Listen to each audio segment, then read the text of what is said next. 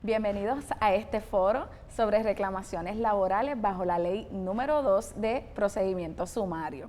Le pedimos que nos acompañen a que conozcamos los pormenores sobre esta ley que los compañeros de la Comisión de Derecho Laboral de este Colegio de Abogados y Abogadas de Puerto Rico han querido, ¿verdad?, y han preparado con mucha dedicación para todos ustedes. En ocasión de esta asamblea número 182 que lleva como lema Hermandad Legal, Solidaridad, Valentía, Respeto. Nos acompañan en este momento el licenciado Manuel Porro Vizcarra. Buena.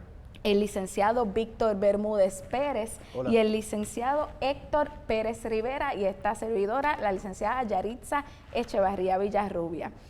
De parte de la Comisión de Derecho Laboral, Comisión del Año por segundo año consecutivo, le queremos dar las gracias por conectarse con este foro, con nosotros a este foro, y les invitamos a mantenerse conectados con nosotros hasta su terminación para que conozcamos más a fondo sobre las reclamaciones laborales bajo la ley número 12, procedimiento sumario.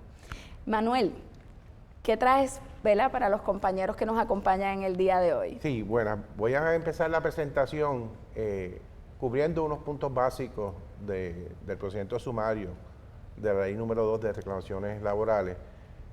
Y para todo principiante en el derecho laboral, solamente con escoger una decisión del Tribunal Supremo sobre el punto, van a ver el análisis histórico y el trasfondo que se repite ad nauseam en todos los casos. Los casos laborales son los casos básicamente de más extensión, porque el tribunal siempre tiene el interés de añadir toda esa trascendencia historial histórico.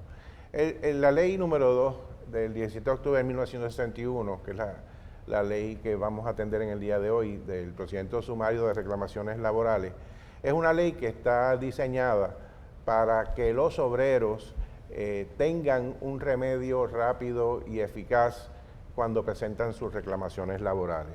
Ese remedio fue diseñado por la legislatura de Puerto Rico para tratar de equiparar el balance de poder existente entre un patrono y un empleado, que como todos sabemos, el poder económico, el poder de la documentación, el control de la documentación, todo eso lo tiene el patrono. Pues este procedimiento sumario pone unas trabas, pone unos check and balances en ese poder del patrono a beneficio del empleado, lo que vamos a discutir a continuación.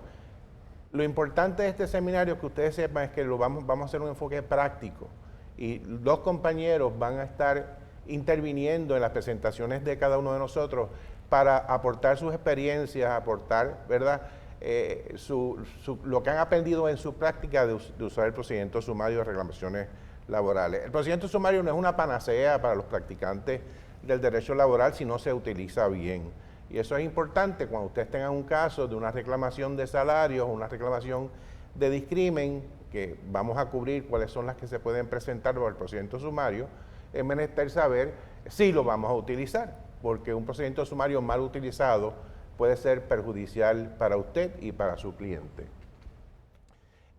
Podemos indicar que lo que hizo la legislatura es establecer de nuevo un mecanismo para la terminación de empleo del obrero que no tuviera que sufrir pues las consecuencias de todo procedimiento ordinario. Entre ellas son los términos. Da unos términos cortos para contestar la querella. Eso lo vamos a cubrir a continuación. Son términos fatales si no se contesta una querella bajo el procedimiento sumario en tiempo, pues se va a dictar sentencia en rebeldía, y vamos a cubrir eso por los compañeros. Además, solamente se permite que se presente una prórroga. Típicamente un procedimiento ordinario presentamos una moción de prórroga y a los 30 días presentamos otra si no tenemos el tiempo suficiente, y típicamente se concede por los tribunales, pero en este caso solamente la ley permite la presentación de una prórroga, y no es una prórroga cualquiera, como vamos a atender más adelante, y es una prórroga que cumpla con ciertos requisitos, y si no cumple con esos requisitos se da por no puesta y se dicta sentencia en rebeldía.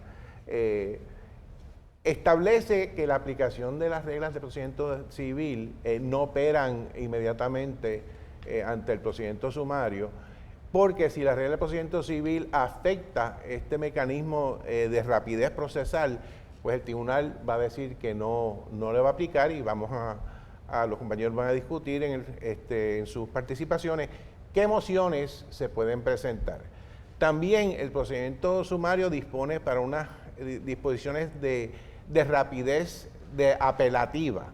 Si usted no presenta una apelación en este caso, dentro de un término establecido que es jurisdiccional, el tribunal no va a acoger, y son términos rapidísimos. Se van a discutir, hay términos de 10 días para ir al tribunal apelativo y hay términos de 20 días para ir al tribunal supremo, y ciertamente usted como practicante de derecho laboral, usted tiene que saber que si usted coge un procedimiento sumario y le recae una sentencia adversa, usted tiene que tener la condición de poder sacar una apelación en 10 días.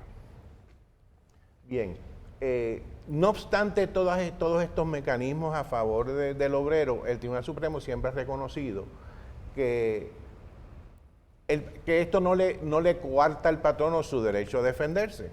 Y en las últimas decisiones del Tribunal Supremo hemos visto cómo en ocasiones el Tribunal Supremo ha equiparado un poco el poder del patrono ante, ¿verdad?, los requisitos del empleado. Así que los patronos que muchas veces se quejan de que quisieran eliminar este mecanismo, pues en realidad el Tribunal Supremo equipara bastante las fuerzas que están en conflicto. Quiero decirles que básicamente hemos preparado una presentación que se va a diseminar electrónicamente para la convención, que tiene estos puntos que vamos a discutir y unos puntos adicionales para, ¿verdad?, que ustedes los tengan como una medida de referencia. La ley 2 faculta tanto al obrero como al secretario del Departamento del Trabajo a presentar la querella a nombre del empleado o los empleados, y todas las presentaciones de querella están exentas del pago de aranceles en el tribunal.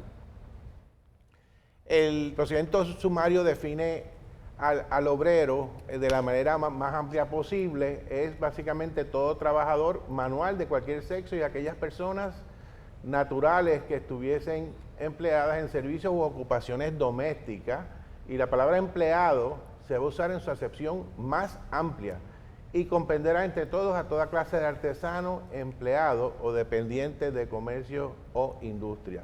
Obviamente no va a aplicar, ¿verdad?, a los contratistas independientes. La ley número 2, que sí define el término empleado, no define el término patrono. Básicamente, además de que no aplica a contratistas independientes, los municipios y el gobierno no son patronos para propósitos de la ley 80, de la ley número 2, perdón. En la querella se pueden acumular todas las reclamaciones de los obreros que estén comprendidos bajo el mismo patrono, y hay muchísimos casos en Puerto Rico donde es una multitud de empleados los que presentan estas reclamaciones de salario o de terminación de empleo. El tribunal dispone dónde es que se van a presentar, la ley número 2, perdón, dispone dónde es que se presentan las reclamaciones bajo el procedimiento sumario, y se radican todas en el tribunal de primera instancia. El empleado, a diferencia de otros querellantes o demandantes, tiene la alternativa de presentar su causa de acción en el lugar donde trabajaba, es decir, el lugar donde es empleado, donde día a día hace sus gestiones de trabajo, o en donde reside el trabajador. Y eso es bien importante porque faculta al abogado a escoger un tribunal que sea más cercano a su oficina, si tiene la opción de que el trabajador trabaje más cerca de la oficina del abogado que si no trabaja en el lugar de empleo. Ciertamente, antes de la pandemia, usted tenía su oficina en San Juan y tenía un caso en Aguadilla. Usted sabía que usted tenía que jalar por esa avenida a Aguadilla y estar básicamente 4 o 5 horas en lo que veía la vista y regresaba, pues eso se puede evitar si el trabajador vive cercano a la oficina del empleado. Básicamente, la ley número 2 también dispone los distritos judiciales donde se va a radicar la acción. Eso va a tener injerencia con el tiempo que va a tener el patrono o el querellado para contestar esa demanda. Deben saber que una región judicial no es igual a municipio, eso ténganlo muy consciente, porque como dije, como hay términos diferentes para contestar la querella, dependiendo de dónde es que se tramita la acción, es importante que todo practicante del derecho laboral conozca la diferencia de que usted puede estar en un municipio que pertenece a una región judicial. Bien. Es importante saber que hubo un cambio de cómo los abogados presentaban sus alegaciones en las querellas laborales y querellas de otra índole. Y esos cambios fueron reconocidos en las leyes de procedimiento civil de 2009 y una casuística del Tribunal Supremo, donde antes uno podía hacer una demanda y alegar conclusoriamente que yo trabajé, que fui despedido sin justa causa y que requiero la mesada, eso era, y que básicamente trabajaba bajo un contrato de tiempo determinado para un patrono. Con esas alegaciones ya uno podía ir al tribunal y seguía. Pues hoy en día no es así. Hoy en día, tanto la regla 6.1 del procedimiento civil como la jurisprudencia aplicable exige que el practicante, que el abogado que practique el derecho laboral y cualquier otro practicante de cualquier otra área de derecho que aplica de igual manera, haga unas alegaciones específicas en la demanda. Ahora hay que tener un grado mayor de especificidad cuando uno hace la alegación y no sumamente decir yo trabajé para JJ Enterprises, sino ahora se requiere pues que usted trabajó, cuándo trabajó, en qué capacidad trabajó, fecha, todas esas situaciones, todas esas circunstancias para que el tribunal tenga una idea de dónde es que está ocurriendo este incidente. O sea que las alegaciones tienen que tener en su mayoría, lo que más sea posible, sus especificaciones de tiempo y lugar. Cuando hablé que había una jurisprudencia que mandaba este tipo de cambio en la especificidad de las alegaciones, me estaba refiriendo a los casos del Tribunal Supremo Federal de Ashcroft versus Iqbal, y después vino el caso de Twombly. Básicamente, el Tribunal Supremo rechazó la validez de estas demandas con alegaciones conclusorias, y ahora hay que demostrar que cuando usted presenta una reclamación, que el tribunal tenga suficiente información para que esa reclamación sea plausible. O sea, que tiene que tener un peso mayor al convencer al tribunal de que lo que el practicante está diciendo que ha pasado, en realidad pasó. Si usted presenta una demanda con alegaciones conclusorias sin dar hechos y derechos específicos, pues usted sabe que la primera defensa que usted va a tener es radicar una moción solicitando que se hagan hechos más específicos antes de contestar la querella, lo que no se puede hacer en el procedimiento sumario porque le van a anotar la rebeldía si usted radica esa moción. Pero en otro procedimiento usted tiene el derecho, cuando no es sumario, de decirle al tribunal, mire, no puedo contestar, esto es todo conclusorio, que diga determinaciones, que haga unas alegaciones de hechos más específicas, y si no, básicamente usted le presenta una moción de desestimación, que típicamente tiene el resultado de que la persona lo que va a hacer es enmendar la querella o la demanda. Pero, de nuevo, esta información de que puede radicar una moción para que se presenten hechos más específicos, no la puede presentar en el procedimiento sumario. Aquí usted lo emplazan con la querella y su citación, y usted tiene un término de 10 o 15 días para contestar, y si no contesta, pues lamentablemente va a estar frito. Bien. Estas expresiones de especificidad en las alegaciones ya han sido adoptadas por el Tribunal de Puerto Rico, y los compañeros van a informar en sus turnos ese tipo de jurisprudencia que es aplicable para eso. ¿Cuáles son las causas de acción que se pueden tramitar mediante el procedimiento sumario? Básicamente, todas las reclamaciones de despido injustificado son aptas para el procedimiento sumario. También reclamaciones laborales que tengan que ver con salarios, con falta de bonificaciones, con beneficios de empleo, con discrimen de empleo son causales de acción que pueden ser acogidas bajo el procedimiento sumario. Reclamaciones de discrimen que obviamente envuelven casos de daños y perjuicios también se pueden unir al procedimiento sumario, y causas de acción de represalia. Y ustedes van a ver cómo cada vez que se hace un cambio en la ley, como las leyes de acoso laboral, también presentan la posibilidad de que se pueda presentar bajo el procedimiento sumario. Así que, básicamente, cualquier causa de acción de terminación de empleo o de reclamo salarial o de beneficio o de discrimen, usted la puede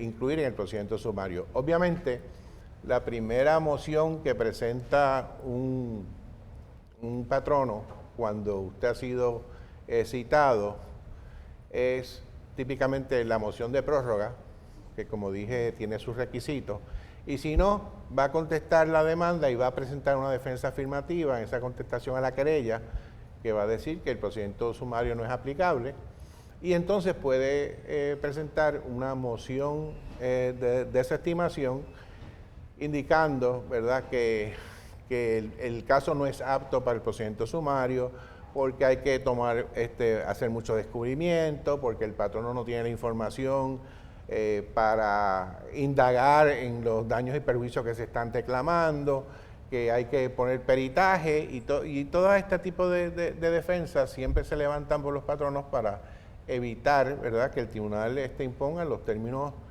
rápidos y fatales que tiene el procedimiento sumario a favor del empleado. La mayoría de los casos han resuelto que el hecho de que usted tenga una acción de daños y perjuicios necesariamente no saca el caso del procedimiento sumario. También hay jurisprudencia que indica, mira, en algunos casos se puede bifurcar las reclamaciones y en otros casos que no. Todo depende de la discreción del juez, y el Tribunal Supremo ha dado un listado de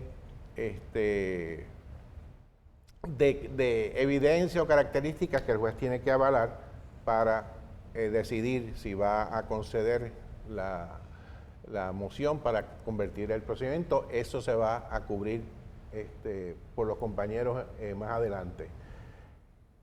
¿Cómo es que el tribunal obtiene su jurisdicción sobre la persona? Que es lo importante. Si no tiene jurisdicción, ustedes saben que las acciones del tribunal serían nulas. Bueno, la ley número 2 básicamente faculta, ¿verdad?, al reclamante a diligenciar una notificación o citación expedida por el secretario del tribunal. Esa citación no es la forma típica del emplazamiento, aunque yo he visto muchas veces se usa el formato de emplazamiento, pero se establece en el emplazamiento que es bajo la ley 2 de procedimiento sumario, y se establece que la parte tiene 10 o 15 días dependiendo de dónde se está tramitando la acción y dónde es que se emplace a la persona. Y es importante, ¿verdad?, que ustedes sepan esto porque, por ejemplo, recientemente yo recibí un reclamo de una querella de procedimiento sumario que no mencionaba en ningún momento en la querella el procedimiento sumario. No lo mencionaba. Y entonces utilizó una citación dando 10 días para contestar. Pues, ¿qué uno hace? Pues siempre que usted esté en un caso de procedimiento sumario, usted tiene que actuar como si fuera sumario, porque no hacerlo le va a costar el caso, le va a costar el cliente y le puede costar un mal rato. Pues inmediatamente que recibimos, contestamos a los 10 días Y entonces el tribunal no nos permitió presentar la contestación indicando que no habíamos pagado los sellos. Así que tuvimos que radicar una moción urgente, diciendo el tribunal es que no tenemos que pagar sellos porque lo presentó bajo el procedimiento sumario, y recibimos entonces una comunicación de la Secretaría que decía que como la persona no había mencionado el procedimiento sumario en el texto de la demanda, el caso se iba a tramitar ordinariamente. Pues obviamente todo eso se recortó, se guardó en el expediente y entonces ya el caso se está tramitando bajo el procedimiento ordinario. Pero hay que correr, con la ley número 2 hay que correr, porque si usted no corre, va a perder el caso, el cliente, y va a pasar un mal rato. ¿Dónde se va a diligenciar? Pues uno de los mecanismos que faculta al representante del empleado o al empleado a presentar su reclamación es que usted no tiene que buscar una persona específica para diligenciar el emplazamiento. Usted sabe que si usted tiene una corporación, usted tiene que regirse bajo las disposiciones de la Ley de Corporaciones y bajo las disposiciones de las reglas de procedimiento civil, de la regla número 4, para emplazar a un oficial de la corporación, al agente residente. En caso de procedimiento sumario, el tribunal permite que usted emplace a cualquiera que tenga suficiente autorización o responsabilidad para llevar esa citación a la alta gerencia. Obviamente, usted no puede emplazar al que está limpiando, ¿verdad?, el piso, a no ser que sea el gerente el que esté limpiando el piso. Pero si usted presenta la situación con cualquier persona, con cualquier oficial de la compañía, cualquier persona con responsabilidad, eso va a ser suficiente. La sección 3120 del título 32 especifica el procedimiento para hacer esto. Uno de los casos que tienen que leerse, ustedes que van a practicar esto, es el caso de León García versus Restaurant Tropical, 154 DPR 249.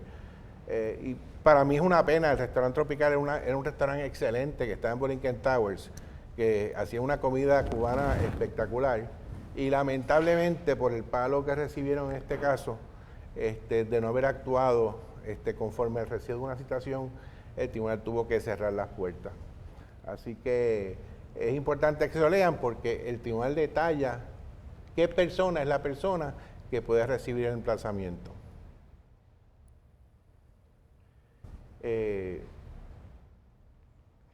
Lo que siempre se ha requerido es que la persona que reciba tenga cierto grado de autoridad. Y usted, una vez que su emplazador presente la citación, usted pregunta a quién emplazó, ¿verdad? Y para que no sea que el que emplazó al cajero, como dije, al que botaba la basura. Tiene que ser la persona que represente al patrono en el empleo, en su oficina, en su taller o en su residencia. La sección 3120 del título 32 indica que las reglas de procedimiento civil se van a aplicar supletoriamente, y como dije al principio de mi presentación, supletoriamente significa que en aquello en que no esté dispuesto por el procedimiento sumario, se pueden utilizar las reglas de procedimiento civil siempre y cuando dicha aplicación no menoscabe el procedimiento rápido y expedido que pretendió el legislador para hacerlo.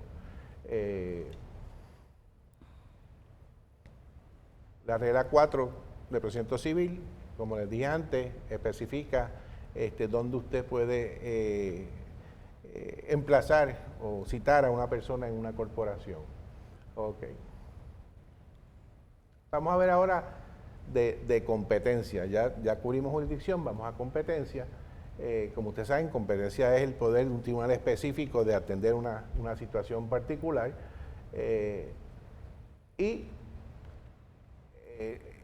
La sección 3120 es la que dice, ¿verdad?, la aplicación supletoria del procedimiento civil.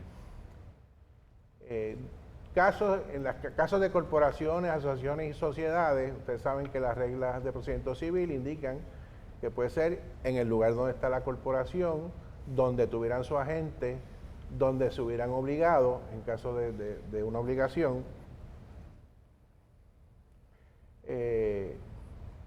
Y vuelve el caso de Rodríguez versus Singular Wire, 160 DPR 167 del 2003, básicamente indica lo que dice la ley. El reclamante tiene la alternativa de escoger dónde va a presentar la acción, porque puede ser en la oficina del demandado, en el taller de trabajo del demandado o en el lugar de su residencia.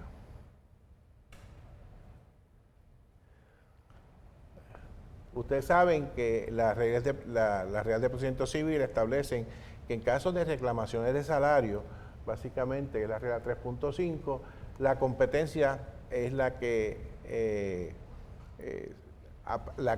aplica en caso de reclamaciones es la residencia del demandante. Vamos entonces ahora a hablar de la conversión del proceso sumario al procedimiento ordinario. Como dije anteriormente, la primer arma que tiene un patrono demandado, si ustedes representan a patronos demandados ante un procedimiento sumario, es radicar una moción para sacar el caso del procedimiento sumario, y a todo patrono, ¿verdad?, le conviene este tipo de acción, porque va a tener un tiempo mayor de hacer descubrimiento de pruebas, va a tener muchas más alternativas de descubrimiento, no va a estar limitado a un solo evento de descubrimiento de pruebas, y los términos para apelar, ¿verdad?, son los términos ordinarios. Va a poder presentar cerciorari y ciertas resoluciones interlocutorias en su contra, que bajo el procedimiento sumario, por excepción, es que se permite un cerciorari. La jurisprudencia ha determinado que la conversión del proceso solamente se va a dar si hay una causa justificada, cuando el querellante lo solicite, o por conductas de las partes. Obviamente, si usted tiene un procedimiento sumario que se tarda 18 años en el tribunal, pues la naturaleza del procedimiento sumario se perdió hace tiempo. Yo he tenido casos de procedimientos sumarios donde me radican una moción de sentencia sumaria al día del juicio, que como ustedes van a ver, eso es una de las mociones que no se debe permitir. Me las radicaron el día del juicio, me paralizaron el caso por 5 años. Y eso pasa, y there's nothing you can do. Básicamente, hay que ilustrar a los practicantes y a los jueces también de que el procedimiento sumario tiene unos requisitos que todos debemos cumplir. Para usted convencer al tribunal de que haya una conversión, usted tiene que presentar prueba acreditativa de que usted merece, ¿verdad?, que se convierta, y unas razones justificadas. En eso le cito el caso de Padilla Pérez versus Anavas Corporation, 2004 TCPR 129. Bien. Déjame hacer un comentario.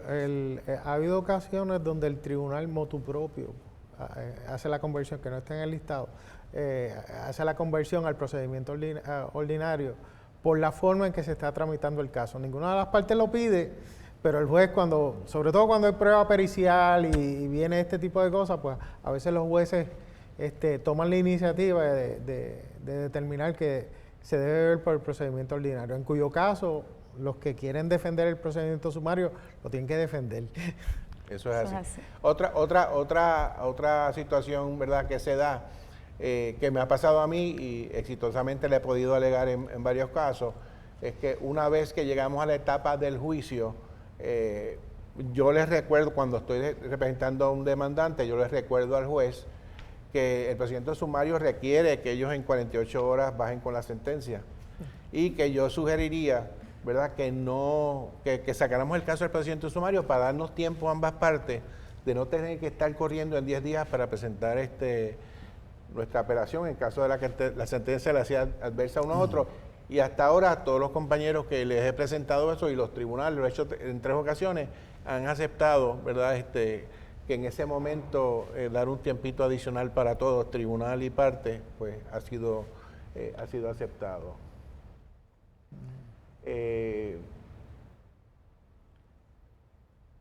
No obstante, hay tribunales que sí, como dijo el compañero, que motu propio y a solicitud de parte y a oposición del demandante o querellante, sí lo convierten, porque se dan cuenta de que tramitar el caso sumariamente no le conviene a ninguna de las partes.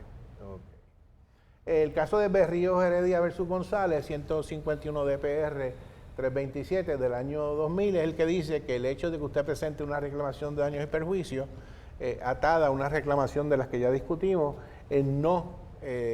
per se no exceptúa ese tipo de reclamación al procedimiento sumario. Y el tribunal básicamente establece los criterios que tiene que seguir el tribunal y cómo caso a caso va a determinar si procede o no el caso de daños y perjuicios.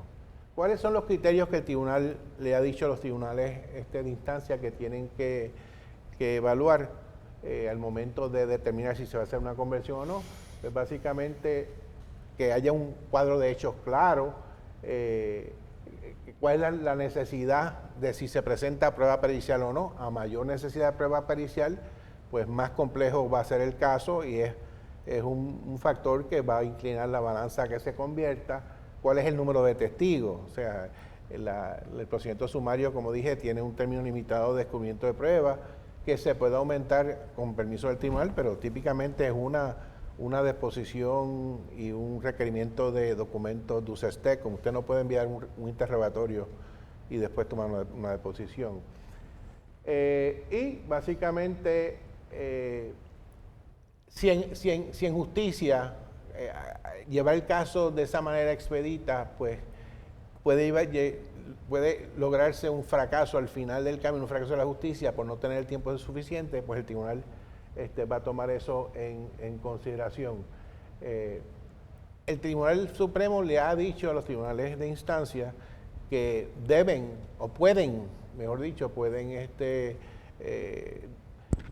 señalar una vista para discutir todos estos factores, a ver si se cumplen o no, a ver cuál va a ser el resultado. Muchas veces cuando hay un caso de daños y perjuicios, hay una solicitud, pues mire, vamos a ver primero el despido injustificado y después pues vemos el discrimen, y el Tribunal Supremo ha dicho que ellos no están de acuerdo, ¿verdad? O no promueven que haya un fraccionamiento de causas de acción en este tipo de situación. Le paso ahora entonces el micrófono al licenciado Víctor Bermúdez para que él continúe con su parte. Gracias por su atención.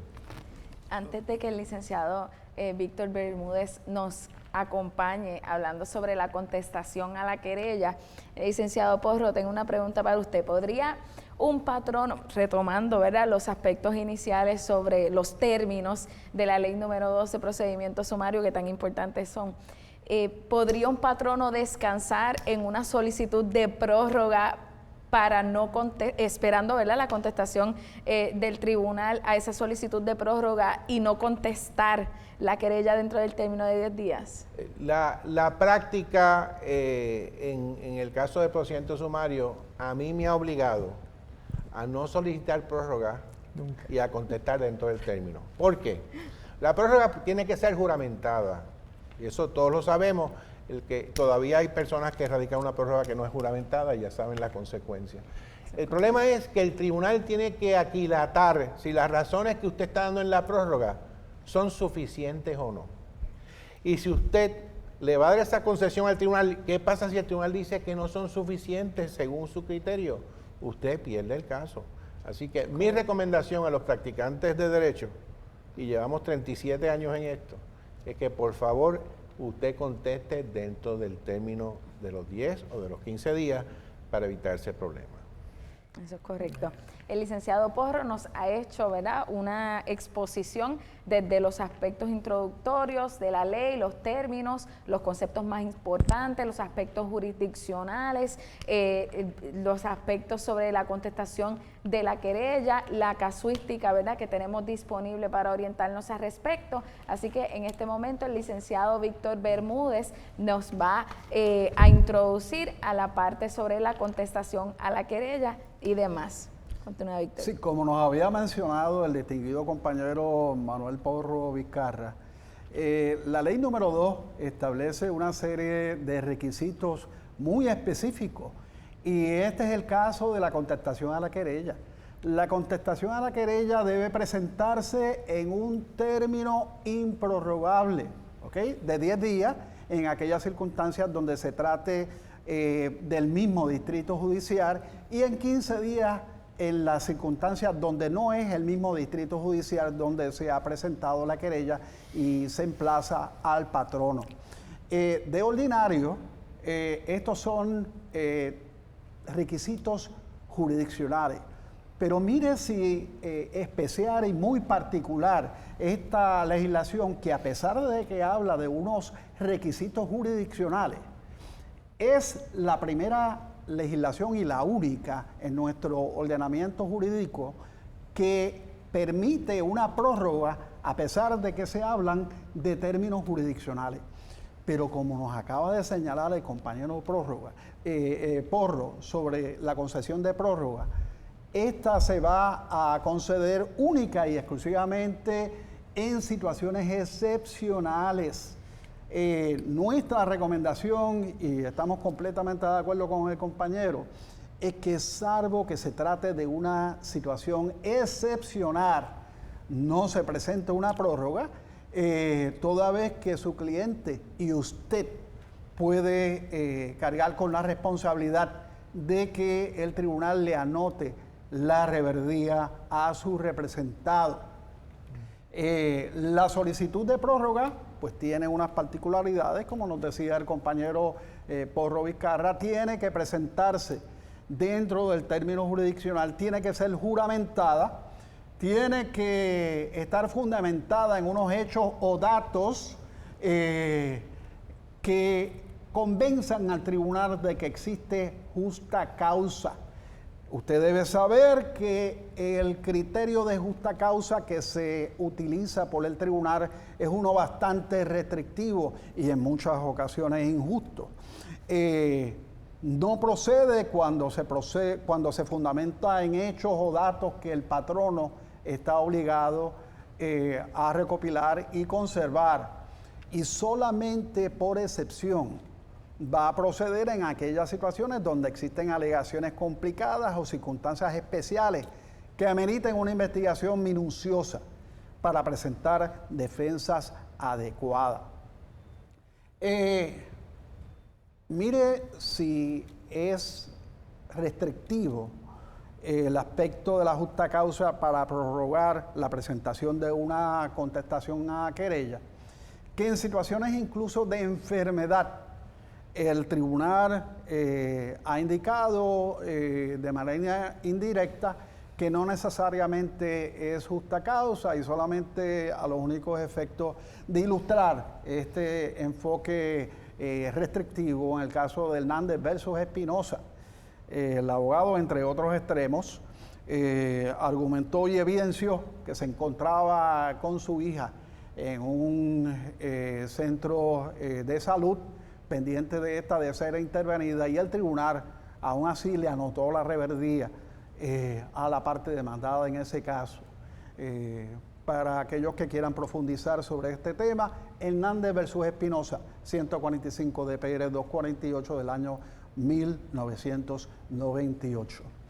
Ahora bien, en aquellas situaciones donde usted no tiene otra alternativa que presentar una solicitud de prórroga, haga lo que el compañero Héctor Pérez en una ocasión anterior había sugerido y que nos parece que es la alternativa más sabia y segura, y es en la alternativa niegue todas las alegaciones, de suerte que el tribunal, cuando vea su solicitud de prórroga, a pesar de que tiene la discreción de denegarla, si usted negó las alegaciones, pues por lo menos protege a su cliente y, por supuesto, se protege a usted también. La contestación a la querella es solamente una alegación responsiva. Usted tiene que incluir en esa contestación todas las defensas afirmativas y objeciones. aquellas defensas afirmativas y objeciones que no se incluyan en la alegación responsiva se van a entender renunciadas. Es importante destacar nuevamente que los tribunales no van a tener jurisdicción para permitir la contestación tardía de una querella. Eso está resuelto en el caso de Mercado Cintrón versus Z Communications. Las defensas afirmativas tienen que ser alegadas en una forma clara, expresa y específica. Nuevamente, y como indicara el distinguido compañero Manuel Porro Vizcarra, los tribunales tanto de los Estados Unidos como en Puerto Rico, así como nuestra legislatura requiere, ¿verdad?, que esas defensas afirmativas, específicamente la regla 6.3 de procedimiento civil, sean claras y específicas. El requisito de plausibilidad ha sido adoptado expresamente en un caso reciente, el caso de Margarita León versus Torres Erasmo, 2020 TSPR 21. Fíjense que esas alegaciones específicas no tan solamente tienen que ser, como nos indicaba el compañero Manuel Porro Vizcarra, ser contenidas en la querella, también tienen que ser específicas y plausibles en la contestación a la querella. Si usted está alegando en representación de un patrono que no existe justa causa, pues usted tiene que explicar las razones y fundamentos por las cuales ese empleado fue despedido. No puede únicamente descansar en una alegación concluyente. Es importante destacar además que en esa contestación se va a limitar a la información conocida y presentada por el patrono a la fecha del despido del querellante. No puede presentar hechos post-despido para justificar las mismas.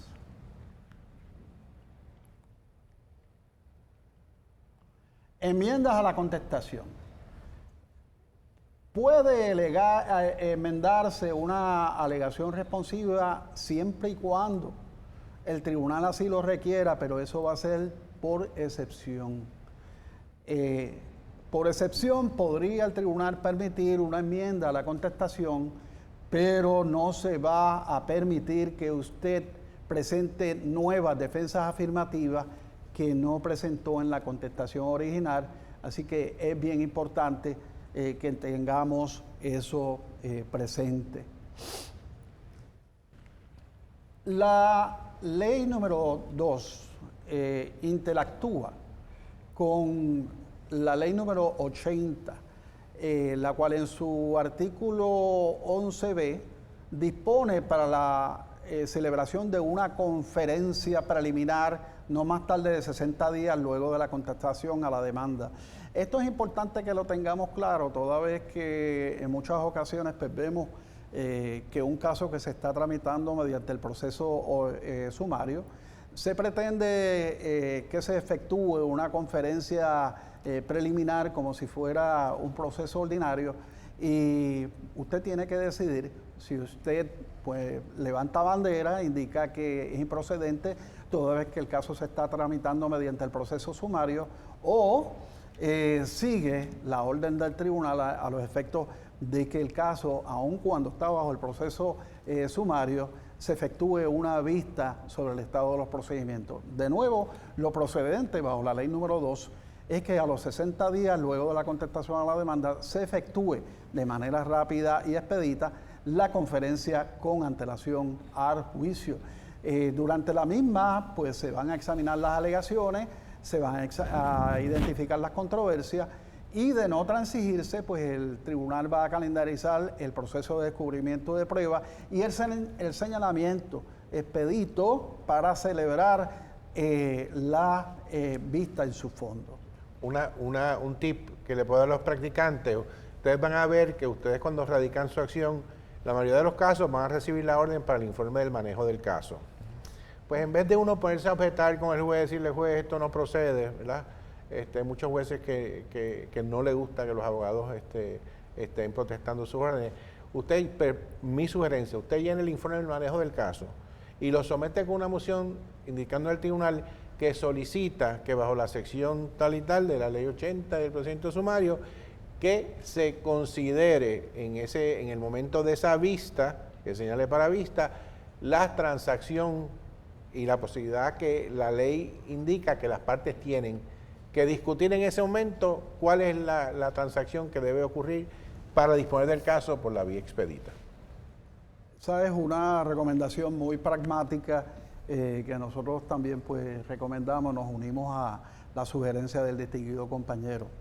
Hablemos nuevamente sobre este proceso de la contestación a la querella. Específicamente la sección 3120 no permite que se presenten reconvenciones o, como dicen coloquialmente, las contrademandas. Sin embargo, esta disposición fue objeto de interpretación recientemente en el caso de Bacardí Corporation versus Evaristo Torres Rivera, y señaló nuestro más alto tribunal, aclarando el alcance y significado de esta sección 3120, que no obstante lo que dispone esta sección, se puede instar una acción, un pleito independiente contra un ex empleado de parte de su patrono. Así que bien importante que tengamos en consideración lo resuelto recientemente por nuestro tribunal en el caso de Bacardí Corporation versus Evaristo Torres Rivera, 2018, TSPR 133. La ley número 2 también dispone para el proceso de embargo preventivo o fianza. Sin embargo, esto no es un proceso automático, toda vez que se va a conceder el mismo mediante solicitud de parte y se va a realizar y conceder por excepción. Tiene que, obviamente, solicitarse una orden de depósito o la cantidad equivalente a la indemnización solicitada y honorarios de abogado o prestación de fianza por patrono. De ordinario y en armonía con la sección 3133, una vez el tribunal disponga y determine que cuando se haya pendiente la reclamación, la demanda aduzca hechos suficientes para una causa de acción a favor de la demandante y haya motivos fundados para temer, previo vista al efecto, que de no efectuarse inmediatamente ese embargo, la sentencia que se pueda obtener resultará académica, porque no habrá bienes suficientes sobre los cuales ejecutarla. Eso es lo que dispone la sección 3133, así que por excepción y luego de haberse efectuado una vista, podrá ordenársele al patrono querellado que éste deposite la fianza correspondiente. De nuevo, este es un remedio que se concede por vía de excepción, pero está dispuesto en la ley. Una pregunta a los compañeros. Yo nunca he podido lograr un embargo preventivo y lo he solicitado en múltiples ocasiones. ¿Cuál es la experiencia de ustedes? Yo tampoco. Yo lo he pedido en varias ocasiones y nunca me lo han negado. Incluso antes del 2017, pues hay que decirlo así, la ley 80 tenía una disposición sobre embargo preventivo que era mucho más protectora que la ley 2, ¿verdad? Y yo me embarqué en una controversia con el tribunal diciendo, pero es que tú no tienes discreción, tú me tienes que dar lo que dice la ley 80. Y el tribunal le dio largas al asunto y finalmente pues se transó el caso, pero nunca me han dado un embargo preventivo. Y Víctor, ¿tú has logrado alguno?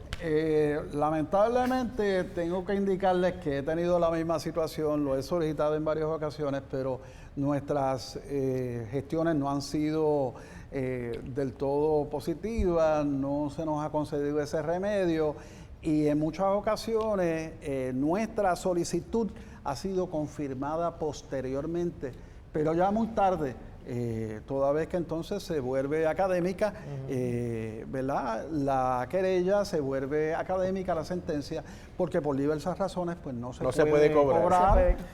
Y eso es precisamente lo que la Asamblea Legislativa perseguía que no ocurriera. Y ocurre pues por un sinnúmero de factores. Nos parece que tenemos que considerar hacer este planteamiento pues con un poquito más de regularidad, a los efectos de que este tipo de situación que nos hemos encontrado no siga ocurriendo.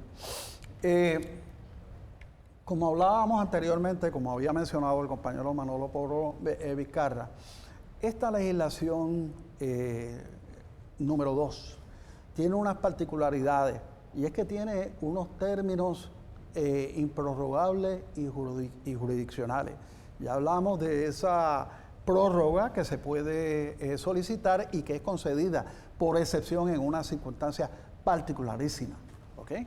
Ahora bien, fíjense que cuando no se contesta en esos tiempos improrrogables, ¿qué ocurre? Puede recaer una sentencia en rebeldía. Ahora bien, es bien importante que tengamos claro que el hecho de que se le anote la rebeldía a un patrono por haber contestado fuera de término no quiere decir que automáticamente todos y cada uno de los reclamos presentados en la querella pues se le van a conceder, porque tenemos que tener en consideración que, y ahora integrando con el ordenamiento procesal civil, tenemos que hacer unas alegaciones bien hechas, porque de lo contrario el tribunal va a estar impedido de poder conceder todos los remedios que se alegaron en esa querella.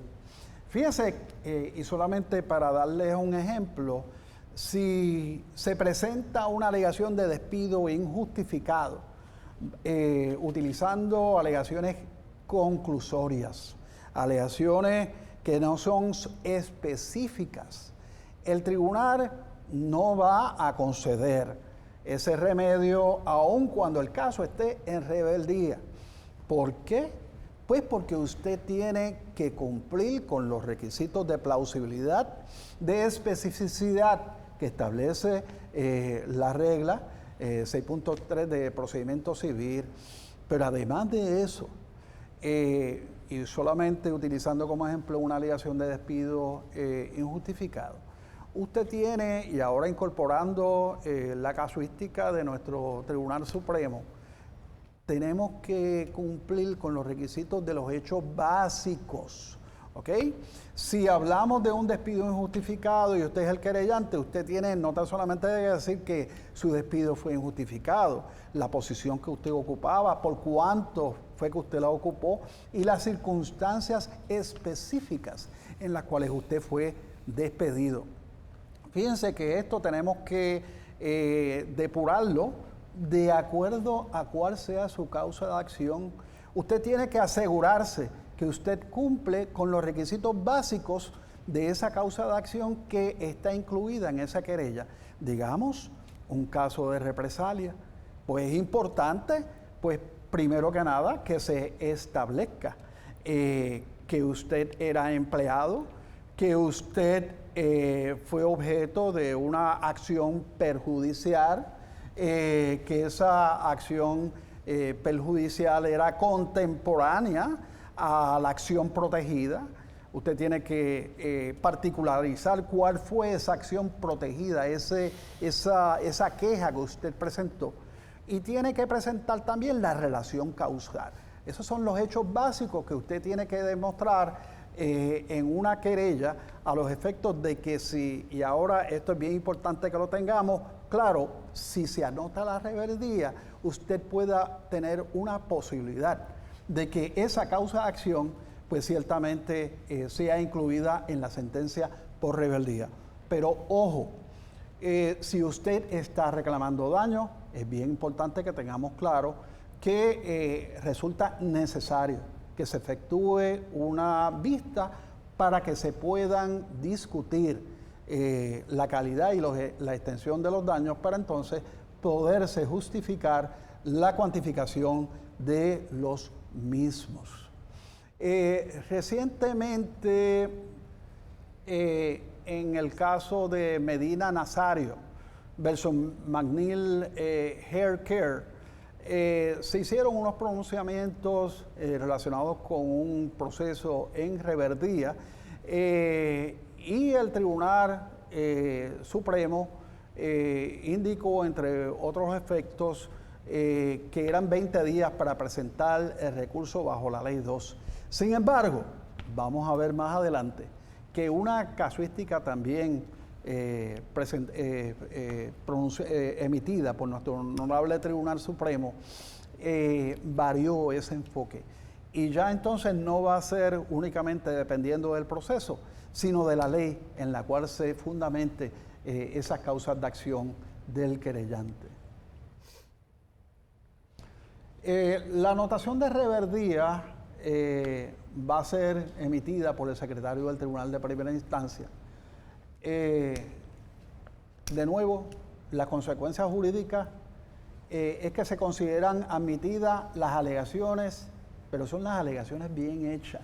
De nuevo, si usted hizo una alegación general, no cumplió con el requisito de especificidad, el tribunal no va a entender que se configuró esa causa de acción y por lo tanto, aun cuando se haya anotado la rebeldía, va a citar a las partes a una vista para que esas alegaciones que no están bien específicas sean suplementadas mediante la presentación de pruebas.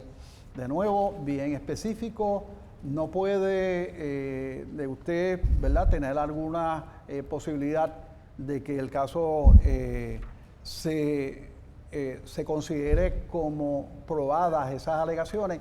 Tienen que ser a base de alegaciones bien hechas, no a base de conclusiones generales, toda vez que de lo contrario el tribunal no va a tener otra alternativa que preferir una vista para que se pase prueba. Así que, de nuevo, bien importante que tengamos claro, la anotación de la rebeldía no va a garantizar una sentencia a favor de un querellante, va a depender de otros factores como los cuales hemos estado discutiendo. El tribunal, en aquellos casos, como hemos dicho, donde se aleguen daños y perjuicios, va a citar a las partes a una vista para corroborar los hechos y obviamente para auscultar la calidad y la extensión de los daños para ver si efectivamente se justifica la concesión de los mismos. Y quisiera indicar que ese caso que mencionó el compañero Víctor Bermúdez, el caso de Edgar Rodríguez Gómez versus Multinational Insurance, tiene una disidente del juez Estrella que vale la pena leérsela, porque en ese caso básicamente se había presentado una querella bajo el procedimiento sumario, se había contestado en tiempo, se había hecho una enmienda a la querella con aprobación del tribunal y esa enmienda a la querella fue la que no se contestó en tiempo. Y entonces los peticionarios pidieron que se anotara la rebeldía y eventualmente el Tribunal Supremo revoca, indica que no procedía la anotación. Básicamente el juez Estrella dice, pero es que si los hechos bien alegados eran 1, 2, 3 y 4, los cumplió con todos, ¿cómo es que ahora el tribunal va a utilizar evidencia adicional para impugnar esos hechos si cuando se anota la rebeldía se dan por admitidos y no se permite prueba en contrario? Así que es bien importante que la lean porque ese es un caso que yo no lo entiendo, porque si la alegación es que yo trabajé para ti, era un empleado a tiempo indeterminado, básicamente fui despedido en tal fecha por ti, el Tribunal Supremo en su decisión mayoritaria dice que eso no es suficiente para probar que él fue despedido. Es que si ya se admitió, es un hecho establecido que me votaste en tal fecha, ¿cómo es que ahora vas a buscar evidencia presentada por el patrono de que había un acuerdo transaccional cuando no se permite considerar prueba adicional y el tribunal utiliza esa prueba adicional para desvirtuar la admisión, lo que no es permitido? Pero eso es para los que siguen la trayectoria del Supremo, que cada día básicamente tiene una tendencia menos liberal que los tribunales anteriores. Tenemos que hablar de los derechos que tiene la parte rebelde. La parte rebelde sí tiene unos derechos. No es que haya claudicado a todos sus derechos durante el proceso de la vista en rebeldía. Según ha resuelto nuestro Tribunal Supremo, el caso de Continental Insurance versus Isleta Marina, 106 de PR 809, la parte rebelde puede contrainterrogar testigos, puede impugnar daños e indemnizaciones y puede presentar defensas de falta de jurisdicción y, por supuesto, y como nos va a explicar más adelante el compañero Héctor Pérez, también puede apelar esa determinación. Sin embargo, es importante destacar que no puede presentar pruebas sustantivas, a menos que sea para impugnar. Eso lo resolvió el Tribunal Supremo en el caso de Master Concrete versus Fraya, 152 de PR 616 del año 2000. Es importante que tengamos claro, y ahora integrando con la regla 67.1 del procedimiento civil, que la rebeldía equivale a una renuncia de toda notificación posterior, conforme lo dispone esta regla. Sin embargo, si se trata de la notación de la rebeldía a una parte que ha comparecido, pero compareció tarde o que se le anotó la rebeldía por otras razones, ¿ok? Pues esa parte va a tener derecho a que se le notifiquen todos los escritos y órdenes que el tribunal emita. Eso lo resuelve el caso de Banco Popular de Puerto Rico versus Vilma Hernández Solís, 2015, 13 PR 3. Para efectos de la anotación de rebeldía, también tenemos que tener claro que una moción de prórroga constituye una comparecencia para propósito de la notificación de la sentencia de una parte a la que se le anotó la rebeldía. Así que, de nuevo, el hecho de que se le anote la rebeldía a su representado no significa necesariamente que éste renuncie al derecho a la notificación de la sentencia y de los escritos que posteriormente se presenten. Evite ese problema. Si usted tiene un caso donde se anota rebeldía a alguien, usted continúe notificando a todo el mundo. Usted no quiere saber al final que la sentencia que se emite va a ser no ejecutable porque usted dejó, ¿verdad?, de darle notificación adecuada. Así que le cuesta un sellito más de correo, pero evite ese problema. Acuérdense que la práctica laboral es suficientemente difícil para uno tener que asumir responsabilidades que se evitan con meramente la notificación de un envío. Sí, recordemos que una comparecencia para efectos de la ley número 2 es una moción de prórroga, una moción de traslado o desestimación, y como consecuencia es suficiente para que sea notificado de todos los escritos y órdenes del tribunal, aun cuando se le haya anotado la rebeldía. Yo quiero destacar de nuevo el carácter particular de esta legislación. No se le ocurra presentar una moción de desestimación si no lo hace conjuntamente con una moción contestando la querella. Fíjense que en un pleito ordinario eso es permitido. Ley número 2, usted no puede hacer eso. Usted tiene que presentar esa moción de desestimación conjuntamente o con la contestación a la querella o con la solicitud de prórroga en las circunstancias particularísimas que se conceden por excepción. Pero de nuevo, bien importante que tengamos claro el carácter jurisdiccional que tiene esta contestación de la querella bajo los plazos anteriormente mencionados. Hay que notificar la sentencia una vez se emite por rebeldía, la sentencia por edicto conforme a la regla 65.3, cuando la parte que se emplazó por edicto no compareció o era un demandado desconocido. Eso es importante para que entonces luego se pueda ejecutar la sentencia que recaiga en rebeldía.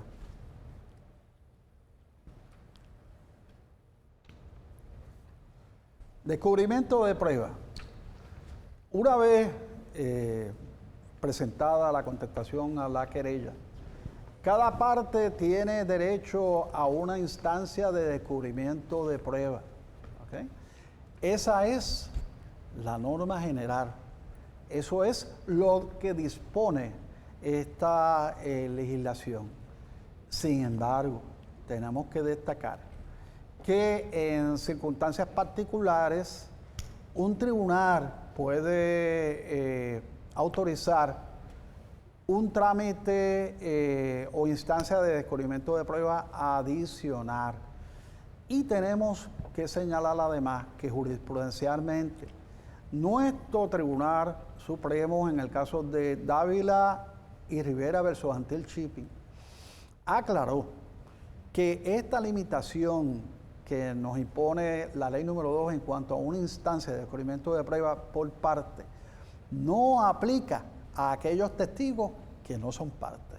O sea, que si usted presentó un descubrimiento de prueba mediante un interrogatorio, requerimiento de admisiones, que está dirigido a la parte, y la parte contesta e identifica cuáles son sus testigos, usted puede, bajo la doctrina establecida en este caso de Dávila versus Antil Shipping, solicitar deponer a estos testigos toda vez que esta limitación, según lo resolviera el Tribunal Supremo en este caso, no le aplica a los testigos que no son parte. Pero de nuevo, siempre solicita autorización del tribunal, pero obviamente utilizando este precedente y aclarando que esos testigos no son parte.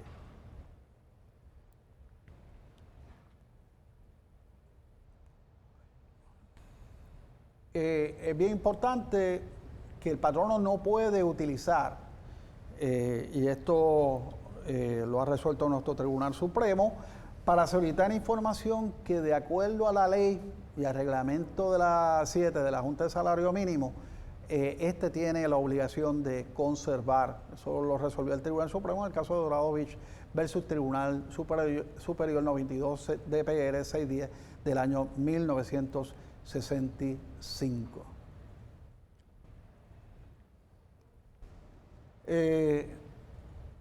Dentro del proceso de la Ley 2, como había destacado el compañero Manuel Porro Vizcarra, se pueden llevar causas de acción de daños y perjuicios. En ese contexto, podría ser relevante y procedente el descubrimiento de planillas de contribución sobre ingresos y el resultado de una investigación contributiva relacionada con las mismas. Fíjense que de ordinario, en un caso, digamos, de salarios o un caso de despido injustificado, la situación económica de un querellante no está en controversia. Sin embargo, en el caso de Alfonso Bravo versus Trans Export, se resolvió, y ese es el Estado de Derecho actual, que en un caso de discrimen, donde se hace una alegación de daños y perjuicios, daños económicos, estando en controversia la situación económica de ese querellante, sí podría, y esto es por excepción, proceder el descubrimiento de las planillas de contribución sobre ingresos de ese querellante. Pero de nuevo, es por excepción y es en aquellas circunstancias donde se esté solicitando una indemnización por los salarios retroactivos y daños y perjuicios sufridos. Es importante que como abogado laboral usted conozca el trasfondo de su cliente. Usted tiene que saber cuál es el bagaje que tiene su cliente cuando usted va a presentar una reclamación de daños y perjuicios. ¿Por qué les digo esto? Porque muchas veces me ha ocurrido de que uno presenta una reclamación y enseguida lo primero que uno hace, uno pide los récords médicos de esa persona y resulta que en esos récords médicos de la persona están informes y récords médicos de psiquiatras, psicólogos, de situaciones personales bastante engorrosas, ¿verdad?, que han pasado en el pasado, y cuando uno le dice al cliente, todo eso tiene que ser informado, no, licenciado, eso no. Y muchas veces la única solución ética que uno tiene es decirle, pues mira, no puedo reclamar daños y perjuicios si tú no estás dispuesta a hacer esa divulgación de esos incidentes que usted tuvo en el pasado, y es bueno que usted, antes de erradicar la acción de daños y perjuicios, de nuevo, conozca el bagaje histórico de su cliente para evitar ese tipo de situación.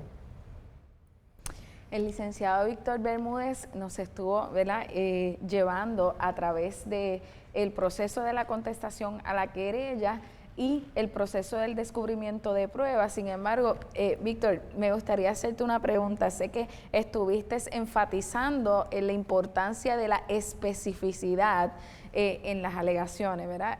Traerlo de una manera clara. Hablaste también de cuando se presenta una moción de desestimación, asegurarse de contestar la demanda, ¿verdad?, conjuntamente en el caso, ¿verdad?, de que se pueda asegurar el cumplimiento con el término. Sin embargo, ante un escenario en el que la parte querellada entiende que hay un defecto, por ejemplo, en el emplazamiento, y trae, aunque sabemos, ¿verdad?, que el nombre no hace la cosa, pero titula el documento contestación a la querella, pero lo que argumenta es, un ejemplo, el defecto en el emplazamiento, y se olvida de incluir ahí la contestación, ¿verdad? Porque sabemos que un defecto en el emplazamiento incide sobre los aspectos jurisdiccionales y descansa en ese aspecto jurisdiccional, y no incluye en esa contestación realmente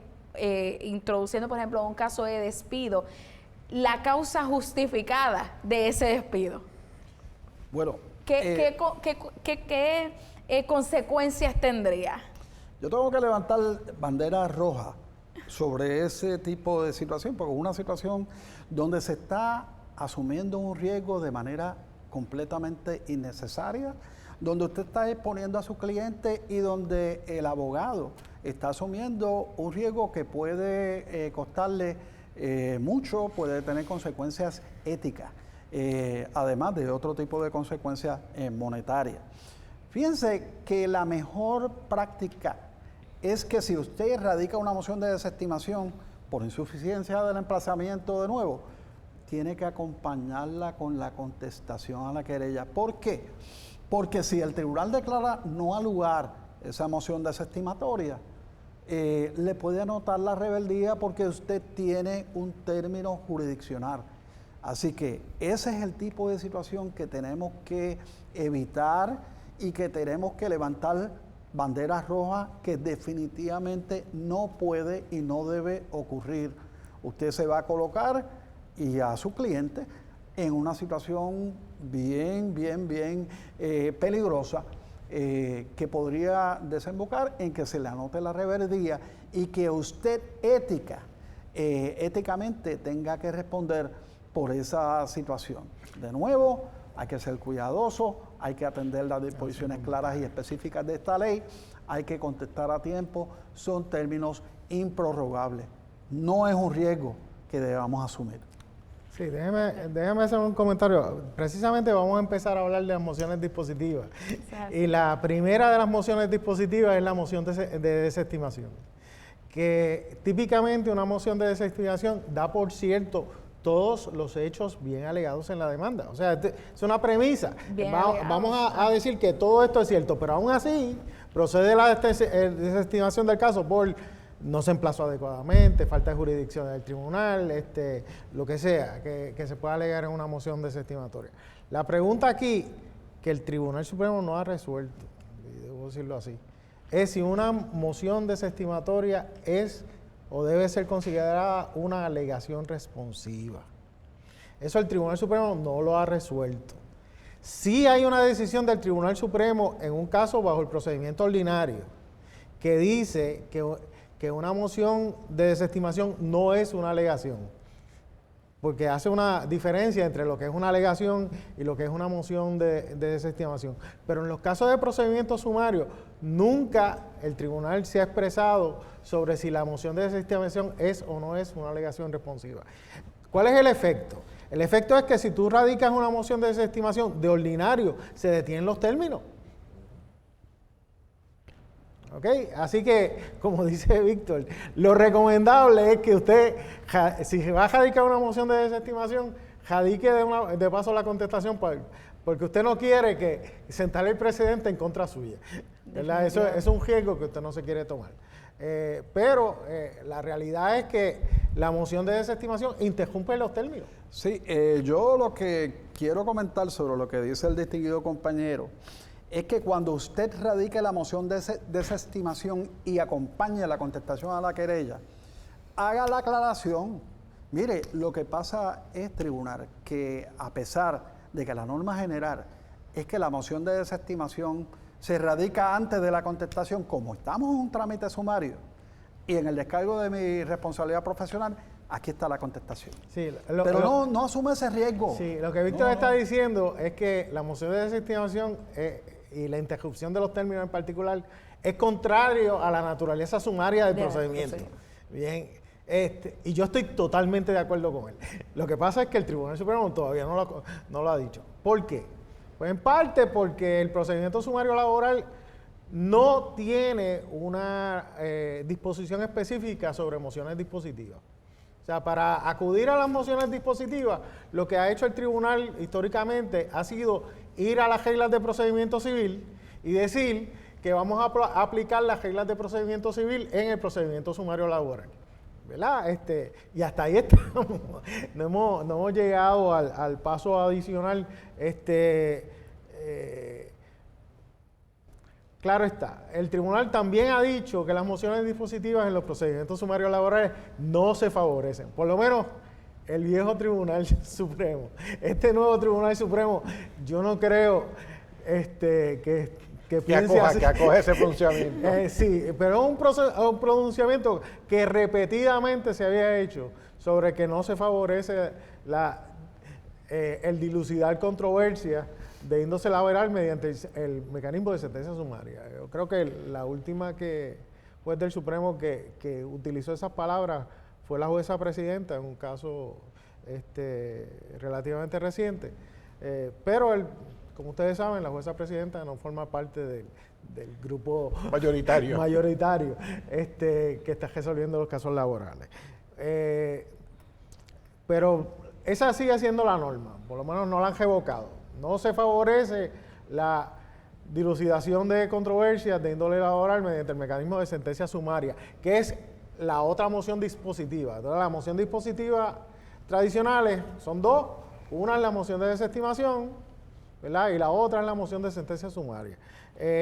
Las mociones de desestimación, pues típicamente, como dije anteriormente, se van a presentar en casos de falta de jurisdicción, casos donde se alega que se radicó fuera de término. Esto pasa mucho. Muchas querellas se radican fuera de término, particularmente cuando ustedes saben que los términos en el 2017 los redujeron todos, a básicamente un año, y ahora bajo la ley 41 entendemos que se volvieron a extender, bien, por lo menos hasta que el tribunal diga otra cosa, que eso es, pero hay muchos casos donde se plantea falta de jurisdicción y donde se plantea que está fuera de término, que los casos se pueden ir por moción desestimatoria. En los otros casos, en mociones de sentencia sumaria, el tribunal lo que ha dicho es que la moción de sentencia sumaria no es incompatible con el procedimiento sumario laboral, siempre y cuando el que solicite la moción de sentencia sumaria presente una evidencia que sea clara y contundente, ¿verdad? ¿Qué quiere decir eso de clara y contundente? Pues hay que verlo caso a caso, en realidad. Sí, y esto marca el procedimiento de la moción dispositiva, sí hay que cumplir con las reglas de procedimiento civil en los casos de una moción dispositiva y en particular un caso de sentencia sumaria. ¿Qué quiero decir con esto? Pues que todos los hechos alegados en la moción de sentencia sumaria como hechos no controvertibles, pues usted tiene que uno a uno contestarlo. No puede depender de lo que contestó en la querella o en las alegaciones de la querella para decir que esto ya se contestó. Ustedes tienen que ir hecho por hecho, porque eso es lo que le requiere el tribunal, tiene que ir hecho por hecho a controvertir aquello que es controvertible para decir que hay una controversia y que no se puede adjudicar mediante el mecanismo de procedimiento sumario.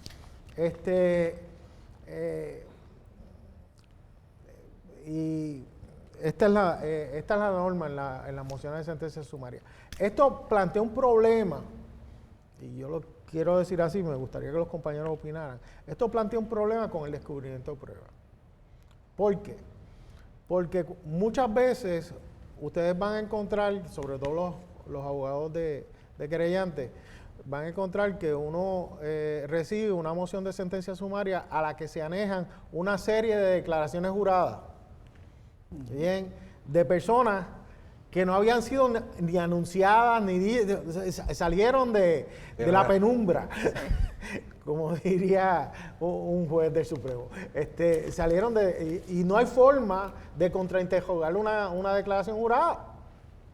Entonces, los tribunales dan como bueno y como hecho no controvertible lo que se da en la declaración jurada, que es una declaración que en cierta medida es acomodaticia, porque acomodan los hechos de forma tal que se pueda dar el elemento. Y esto plantea un problema en muchos casos, que estas declaraciones juradas sencillamente pues no hay forma de controvertirlas.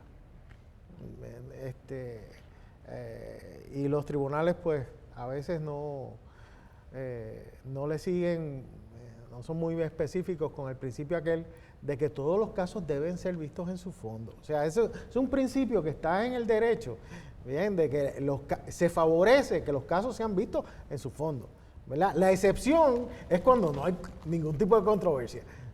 Pero entonces te ponen 10 declaraciones juradas en una moción de sentencia sumaria de gente que nunca ha participado en el Discovery anteriormente, y tú no te queda más remedio, si tú eres abogado de plaintiff, de tener una declaración jurada de tu cliente contravertiendo las otras 10.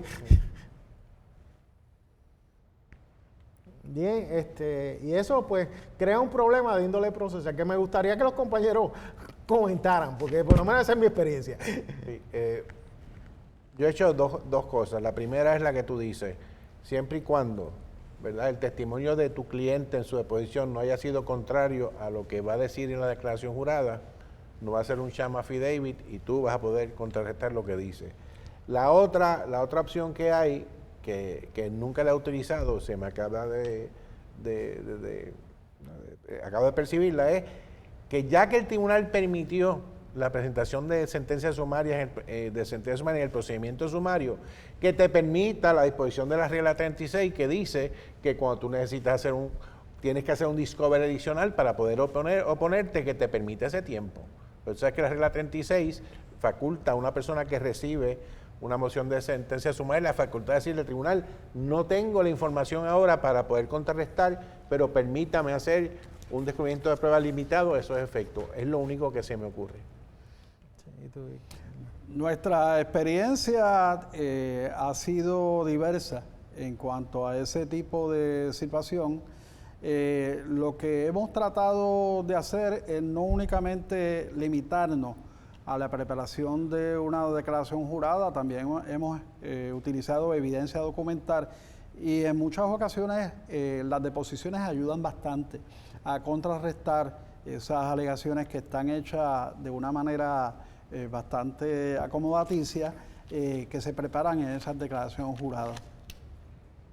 Sobre todo cuando esas mociones de sentencia sumaria son presentadas en una etapa demasiado temprana que ni siquiera ha ocurrido la toma de deposiciones.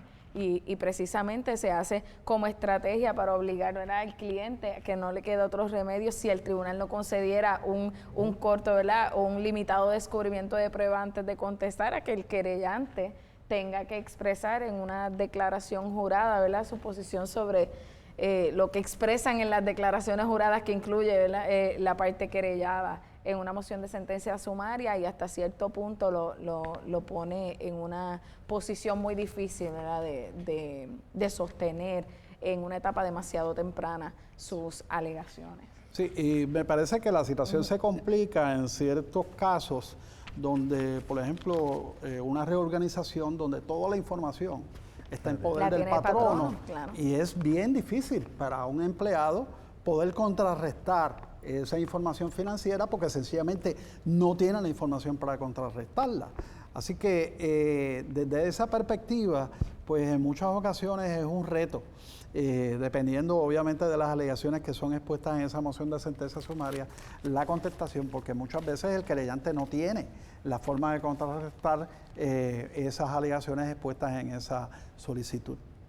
Sí, hay 2 casos normativos sobre la moción de sentencia sumaria en los casos laborales recientes. Uno es el caso de José J. Zapata Berríos y otros versus J.F. Montalvo, que establece, entre otras cosas, ¿verdad?, la aplicación de los requisitos de la regla 36.3 a los casos de la moción de sentencia sumaria. El otro caso es el caso de Univisión, que prácticamente dice que la moción de sentencia sumaria en los casos laborales no es muy distinta a la moción de sentencia sumaria bajo los casos de procedimiento civil, que era contrario a lo que había dicho la jurisprudencia anterior, pero esa es la norma actual. La norma actual es que la moción de sentencia sumaria va a ser tratada de igual forma bajo el procedimiento sumario laboral que bajo el procedimiento ordinario. La aplicación de la regla 36 va a ser determinante, hay que cumplir con los requisitos de la regla 36 y se va a tratar como si fuera un pleito ordinario para efectos del tribunal. Quiero destacar, a pesar de que se ha tratado de dar la impresión en la litigación de los casos laborales que el caso de Castro Soto versus Caribe Hilton ha sido derogado, la realidad jurídica es que eso no es cierto. El caso de Castro Soto, como recordamos, es aquel que señala que no se favorecen las sentencias sumarias cuando existen elementos subjetivos o de credibilidad que están en juego. Señores, ese caso sigue vigente. Claro. Así que es bien importante hacerle esa aclaración, toda vez que en muchas ocasiones en nuestra práctica hemos visto argumentaciones donde se parte de la premisa de que la jurisprudencia reciente ha dejado o ha revocado ese pronunciamiento del tribunal, y no es cierto. El caso de Castro Soto sigue vigente en aquellas situaciones donde existen elementos subjetivos de credibilidad, pues ciertamente no se debe favorecer la disposición sumaria de una reclamación laboral. Sí, por eso, precisamente por lo que dice el compañero Bermúdez, es que en toda moción de oposición hay que alegar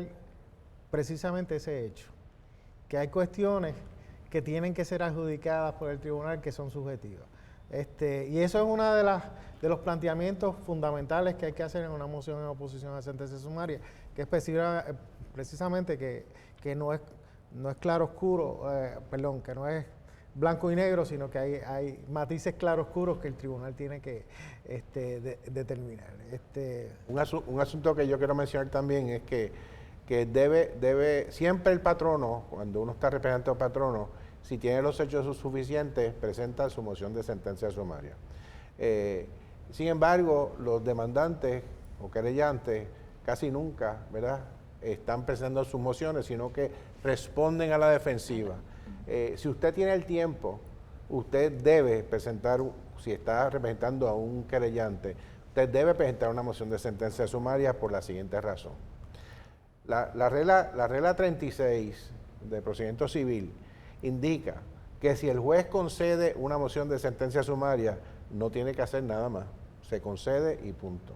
Si el juez la deniega, entonces tiene que sentarse a escribir y hacer determinaciones de hecho y determinaciones de derecho. Y usted me puede decir, cuando los jueces están tan cargados de casos, con tan poca asistencia para su trabajo, ¿qué es más conveniente a un juez?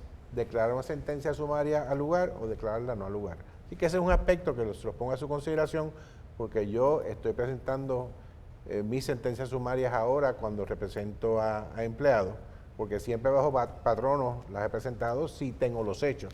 No es para, ¿verdad?, hacerle perder el tiempo al tribunal.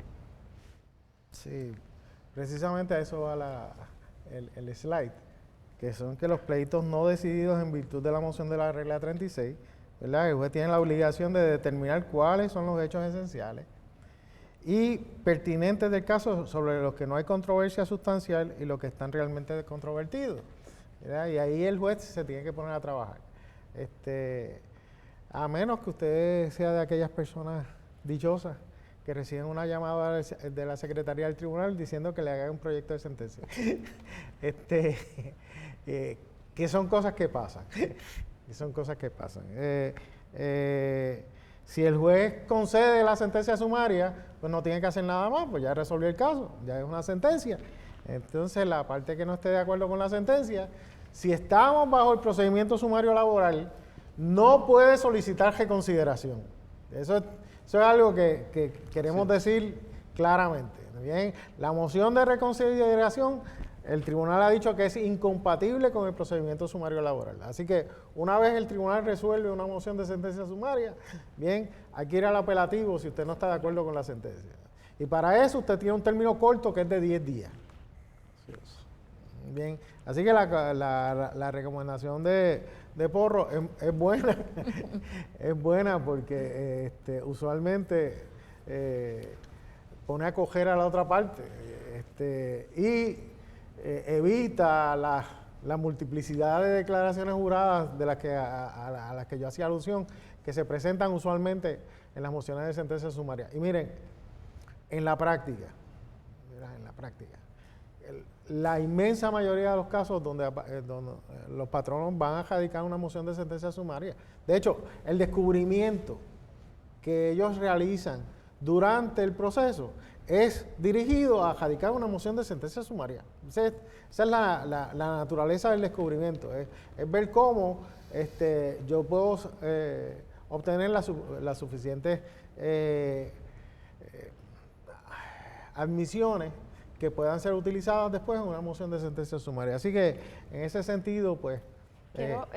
Compañero, quiero añadir que algo a considerar también cuando estamos trayendo en una reclamación aspectos que requieren un conocimiento profundo en la administración, por ejemplo, de recursos humanos. El tribunal ha resuelto anteriormente que no se puede pretender que el juez entre a unos aspectos, ¿verdad?, de recursos humanos que implica un conocimiento profundo para resolver eso.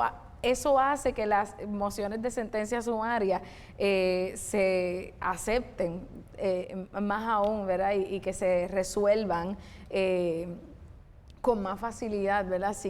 Sobre todo cuando, por ejemplo, un despido es por razones de reorganización, razones económicas, que ya no se requiere un formato específico, ¿verdad?, o profundo o amplio de expresar cuáles son aquellas razones económicas, sino que basta, ¿verdad?, que el patrono ponga, describa someramente cuáles fueron esas razones. Pues el juez está en una posición de disponer de una sentencia sumaria, así que definitivamente favorecemos aún más, ¿verdad?, la recomendación del licenciado Porro de presentar una moción de sentencia sumaria cuando se representa también al querellante. Sí, si tienen el tiempo. Sí, el problema es el próximo tema que vamos a estar discutiendo, que es el de los honorarios de abogados. Déjame añadir algo, si me permite, Héctor.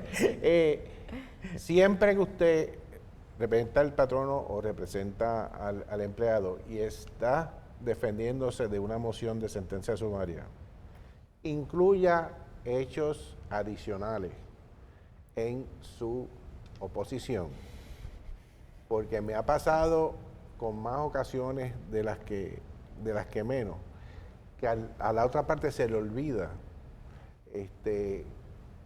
contrarrestar esos hechos dentro del término establecido. Porque ven que uno contesta y ya contesta y se olvidaron que había 25 hechos, determinaciones de hechos adicionales. Y esas 25 se convierten en estipulaciones si ellos no se oponen a ellas con evidencia, tal como lo requiere la regla 36.3. Así que eso es bien importante porque usted puede, ¿verdad?, obtener un resultado inesperado si el abogado no hace su trabajo. Sí.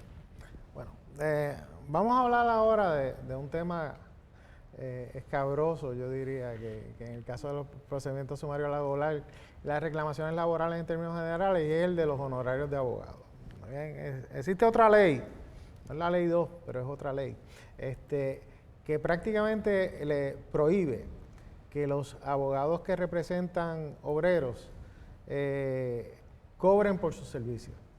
En términos generales, la visión es que esto se hace de oficio y que de prevalecer, pues uno los honorarios se lo debe cobrar el patrono.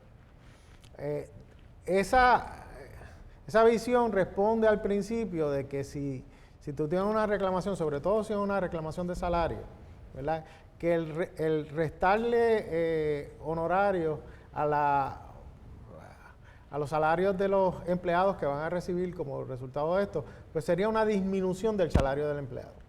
Y de ahí es que viene esta idea generalizada que está contemplada en una ley, ¿verdad?, que prohíbe que los abogados le cobren honorarios.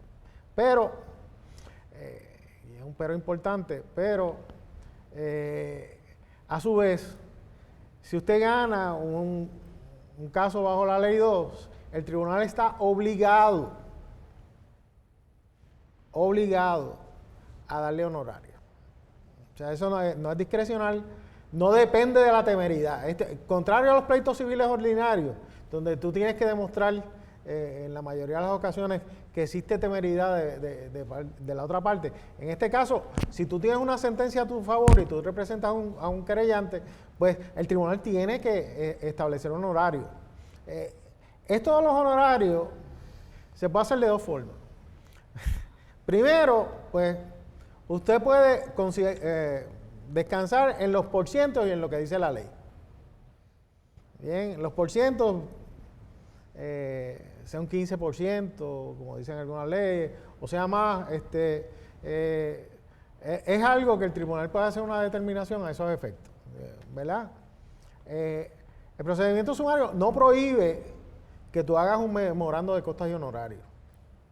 Por el contrario, si tú puedes detallar que los honorarios suyos son mayores del 15%, cosa que a veces sucede. Hay pleitos donde se litiga mucho y la compensación es mínima, ¿verdad? Pues técnicamente usted podría, si prevalece, ¿verdad?, presentar un memorando de costas y honorarios y el tribunal está obligado, si ganó, a concederle los honorarios.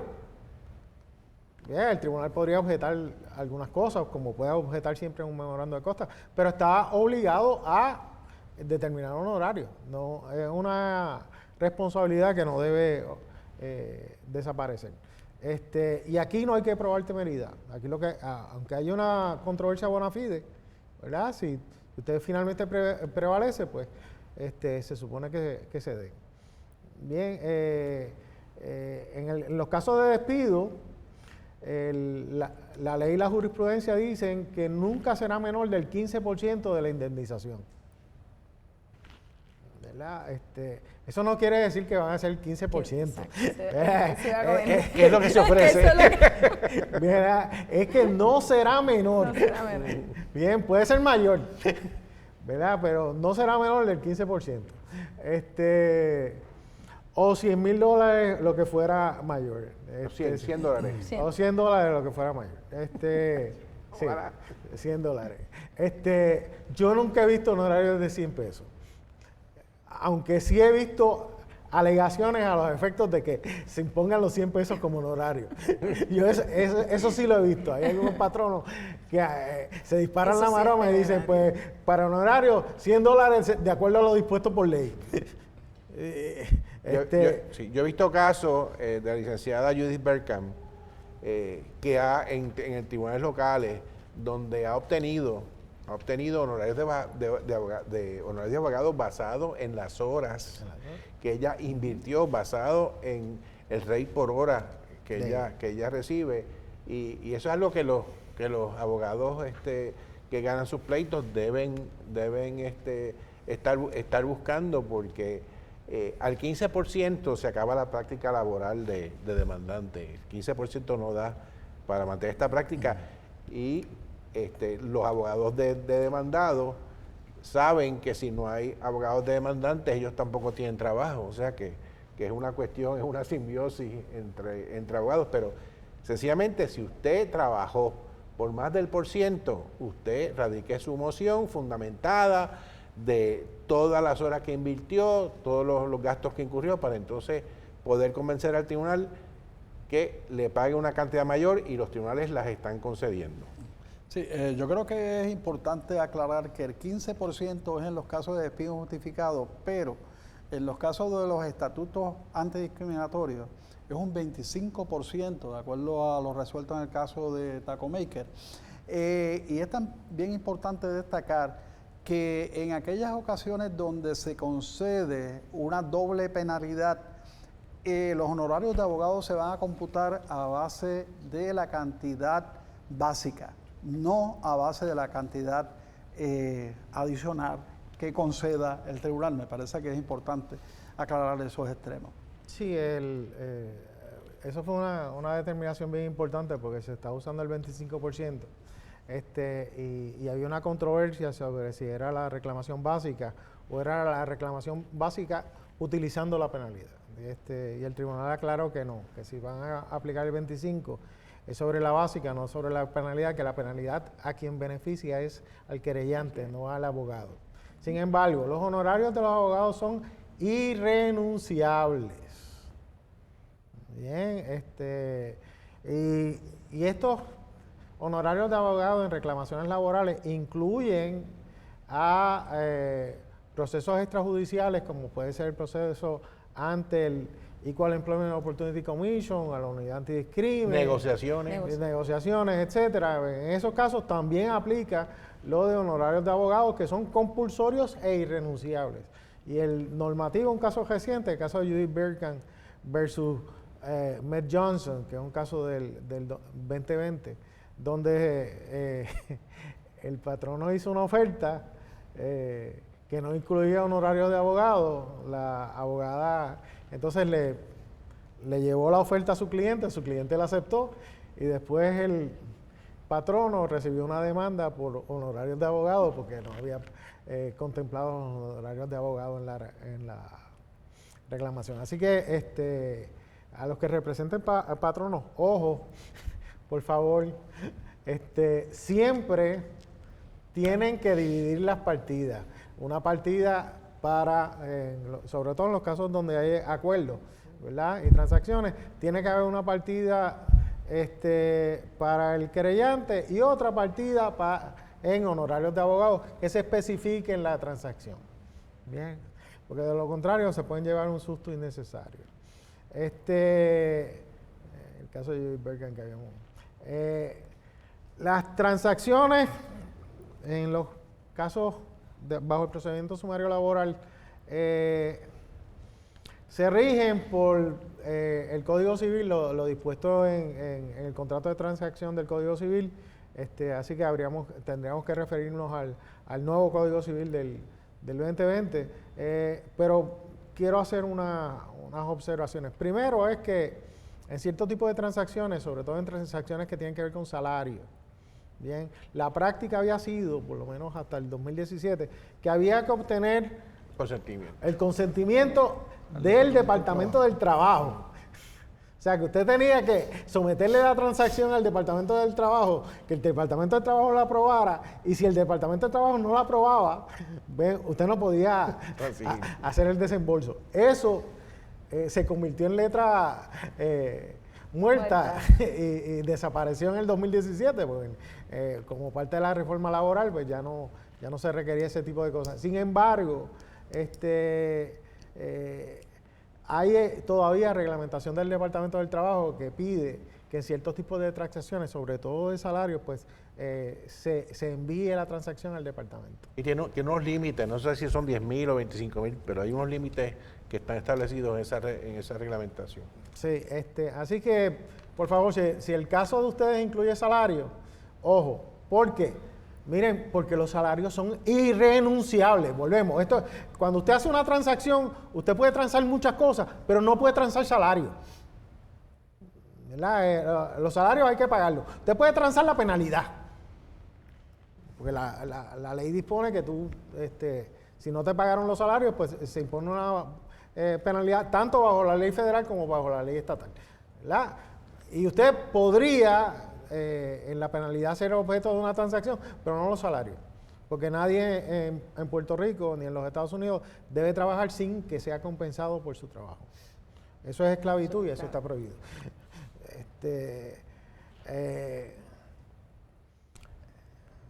Lo que nos lleva a otra cosa que es irrenunciable, que es la indemnización que reconoce la Ley General de Despido Injustificado en Puerto Rico, que es la Ley 80. La Ley 80 tiene una clausulita que dice que el derecho bajo la Ley 80 es irrenunciable. Pero eso cambió a la Ley 4 del 2017. Sí, la Ley 4 no quitó la irrenunciabilidad, pero dijo expresamente, de forma expresa, que si hay un acuerdo, tú puedes traerle el acuerdo como defensa. Que es una contradicción, pero era lo que decía la Ley 4. Actualmente la Ley 41 vuelve a traer la irrenunciabilidad. Así que esto es algo que es objeto de disputas actualmente. De igual manera trae, si hubo un acuerdo, ¿verdad?, que se pueda reducir del monto que en su día de la compensación que en su día se le otorgase por despido, por concepto de despido injustificado. Sí, esto yo a los patronos actualmente, pues yo tengo clientes que son patronos, les digo que mientras no se revoque hay que seguir la Ley 41. Eso correcto. La Ley 41 revocó lo referente a la irrenunciabilidad que tenía la Ley 4, así que actualmente esa es la ley. Bien, en torno a los procesos apelativos, hubo una enmienda en el 2014, que fue la ley número 133 del 2014, que clarificó y redujo los términos apelativos. Los clarificó porque la ley hablaba de una apelación al Tribunal Superior, y hablaba de otras cosas. La ley se había hecho en los 60, cuando el Tribunal Apelativo no existía. Entonces la pregunta era cuáles eran los términos aplicables y demás.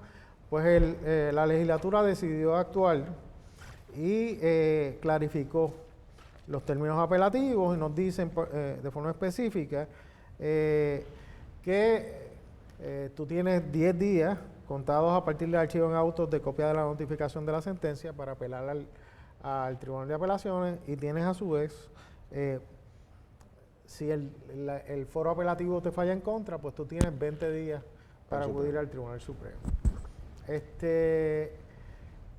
Eso no resuelve, hay que decirlo así, eso no resuelve lo referente a los recursos discrecionales. Entiéndase, toda persona tiene derecho a apelar. O sea, el derecho a apelar es automático. Es automático. Y el tribunal apelativo no puede negarse a recibir una apelación. ¿Bien? Pero hay recursos como el certiorari que son discrecionales. El tribunal o emite el certiorari o no lo emite.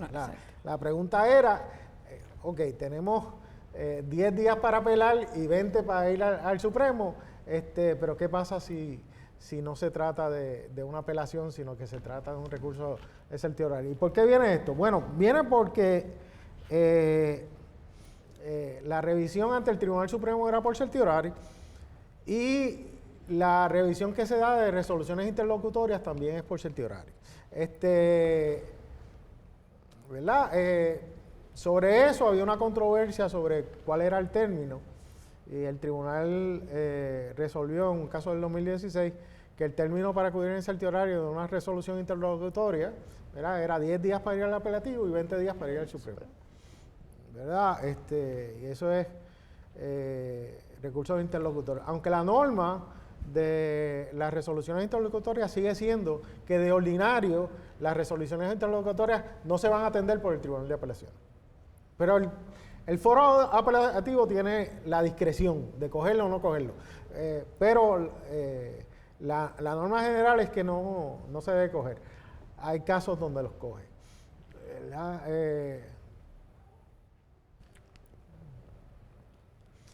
Bien, así que 10 días por certiorari, 10 días para apelación para ir al Tribunal de Apelaciones, 20 días para ir al Tribunal Supremo, esos son los términos aplicables.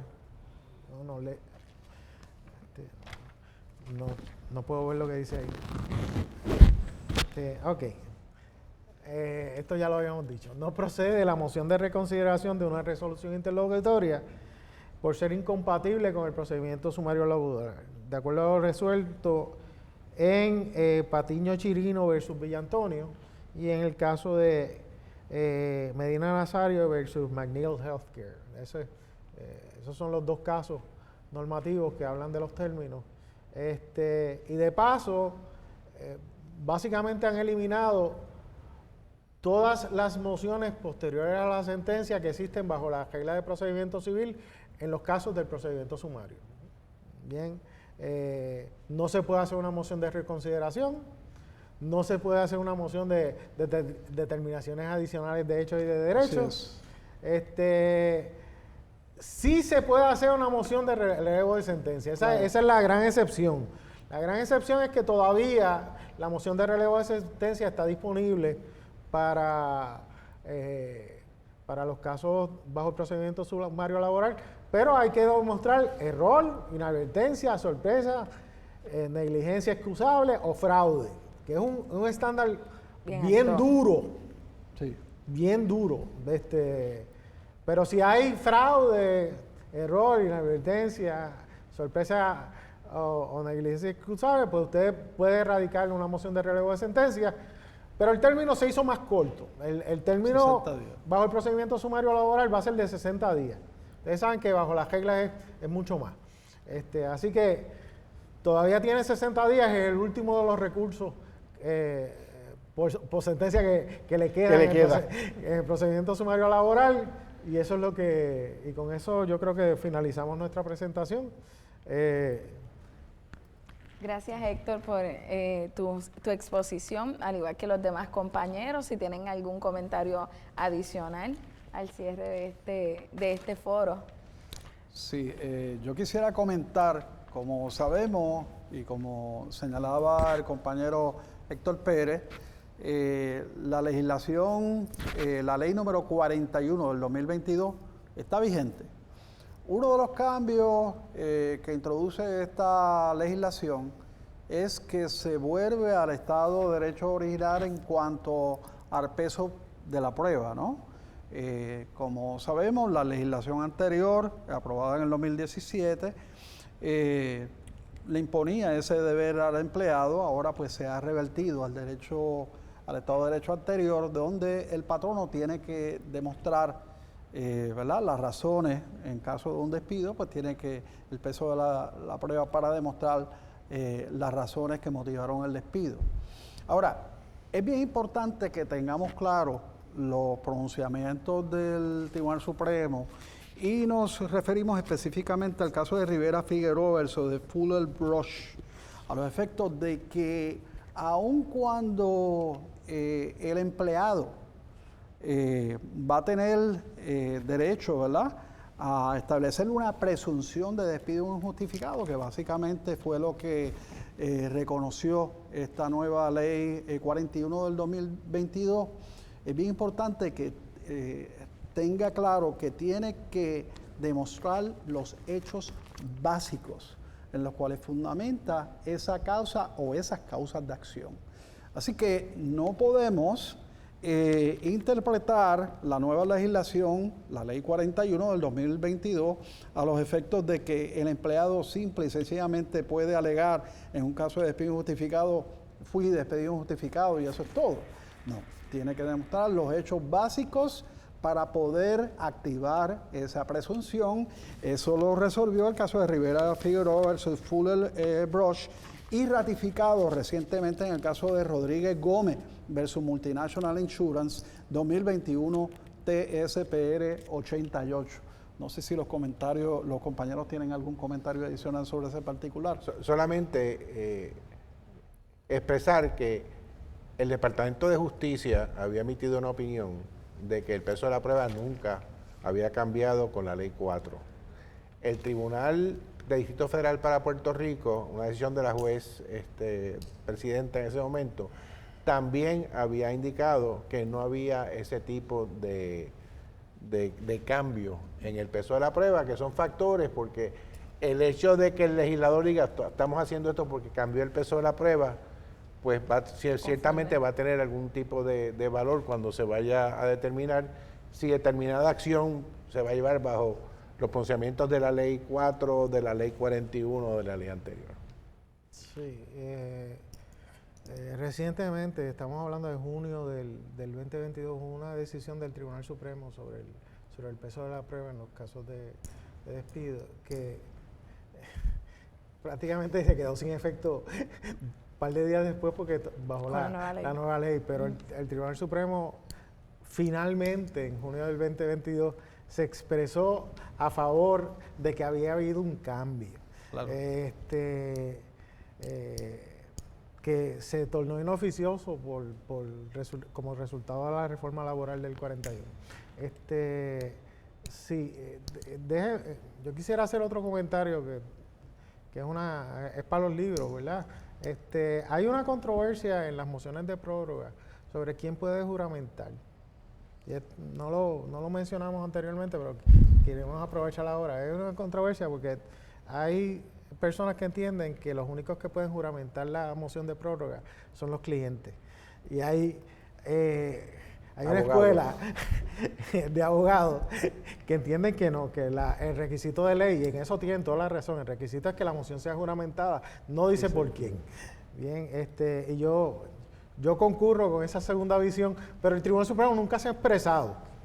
Bien, así que, nada, para discusión en otro momento, pero creo que vale la pena mencionarlo.